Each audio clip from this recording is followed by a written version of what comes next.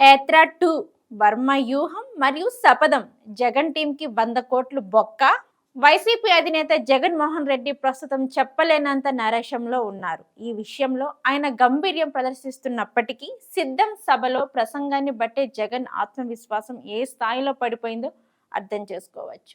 వచ్చే అసెంబ్లీ ఎన్నికల్లో ఫలితాలు ఏకపక్షంగా ఉండబోతున్నాయని అన్ని సర్వే సంస్థలు చెబుతున్నాయి. ఇటీవలే ఇండియా టుడే కూడా ఈ విషయాన్ని స్పష్టం చేసింది. అయితే ఎన్నికల్లో ఈసారి తన పార్టీకి ప్రజలు హోరీ కట్టడం ఖాయమని జగన్ కు ఎప్పుడో తెలుసు.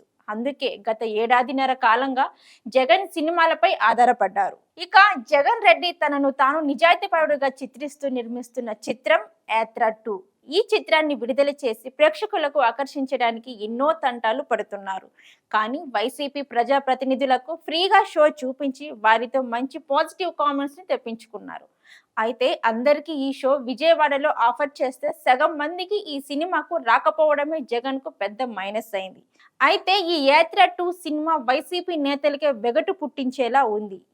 ఆ సన్నివేశాలు, డైలాగులు ఎక్కడ వినని విధంగా, మరెక్కడ చూడని విధంగా కల్పిని కథ జోడించింది. ఇక జగన్ కు అత్యంత నిజాయితీపరుడుగా చూపించిన విధానాన్ని బట్టి జనం అస్సలు జీర్ణించుకోలేకపోతున్నారు.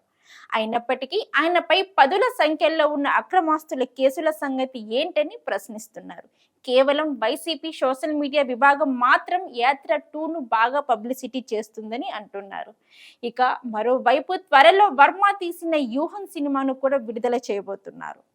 ఇక ఇప్పటికే ఈ సినిమా సెంట్రల్ బోర్డు సర్టిఫికేట్ ను తెలంగాణ హైకోర్టు రద్దు చేయగా ఎన్నో కత్తిరింపుల తర్వాత మళ్ళీ జారీ చేశారు. ఇక ఆ వ్యూహంపై నమ్మకం లేక మరో చిత్రం శపథంని కూడా వర్మతో జగన్ రెడీ చేయించుకున్నారు. ఇక మొత్తం మీద పడిపోతున్న తన గ్రాఫ్ ను పెంచుకోవడానికి జగన్మోహన్ రెడ్డి ఇలా సినిమాలను నమ్ముకోవడం, వాటితో తను గెలుస్తానని అనుకోవడం మూర్ఖత్వంగా ఉందని అభిప్రాయం వ్యక్తం చేస్తుంది. కొన్నేళ్ల క్రితం నా వెంట్రుక పీకే వాళ్ళు లేరు అన్న జగన్మోహన్ రెడ్డి ఇటీవల కాలంలో నాకు ఆ దేవుడే ఉన్నాడు, దేవుడి దయ, మీ చల్లని ఆశీస్సులు ఉన్నాయి, నేను మిమ్మల్నే నమ్ముకున్నాను, మీరే గెలిపించాలి అని ప్రజలను అడుక్కునే వరకు వచ్చారు.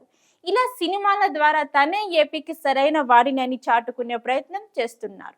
అయితే ప్రస్తుతం సినిమాలకు, సినిమా హీరోలను నమ్మేసి జనం ఓట్లు వేసే రోజులు కావని జగన్ కు తెలియడం లేదు. పైగా తనకు ఎన్నికల్లో లబ్ధి జరగడం కోసం తీయించుకున్న ఈ 3 సినిమాలకు అయిన ఖర్చును జగన్నే భరించాల్సిందిగా తెర వెనుక వాస్తవంగా చెబుతున్నారు. అయితే ఇక ఈ లెక్కన సినిమాలను నమ్ముకున్న జగన్ కు ఆ 3 సినిమాలపై దాదాపుగా 100 కోట్లు వేస్ట్ అని చెబుతున్నారు.